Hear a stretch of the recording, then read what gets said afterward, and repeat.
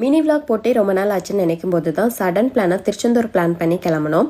அச்சுக்குட்டியை இவரோட அக்கா வீட்டில் விட்டுட்டு மார்னிங் 4:30 போல் கிளம்பிட்டோம். ஃபஸ்ட்டு டைம் அச்சுக்குட்டியை விட்டு பிரிஞ்சிருக்கேன். எங்கே போனாலும் ஈவினிங் டைம் இல்லைன்னா நைட் அவ கூட இருப்பேன். இது ஃபஸ்ட்டு டைம். என்ன பண்ணுவான்னு தெரியல, எனக்கும் கஷ்டமாக இருக்குது.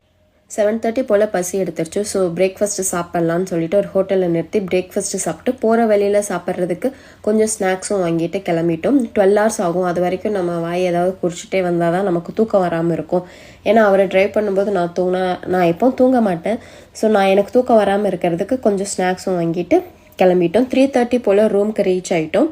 கொஞ்ச நேரம் ரெஸ்ட் எடுத்துகிட்டு ஒரு 6 o'clock போல் நாங்கள் கோவிலுக்கு கிளம்பிட்டோம். நாங்கள் போன நேரம் கோவிலில் கூட்டமே இல்லை. ஸோ நல்லா சாமி கும்பிட்டு கொஞ்ச நேரம் உட்காந்துட்டு ரிட்டன் கிளம்பிட்டோம். எப்போ திருச்செந்தூர் வந்தாலும் இந்த பேக்கரியில் வந்துட்டு என் அத்தைக்கு பிடிச்ச ஸ்நாக்ஸ்லாம் வாங்கிட்டு தான் வருவாராம். இந்த பேக்கரி வந்து இங்கே ஃபேமஸாக.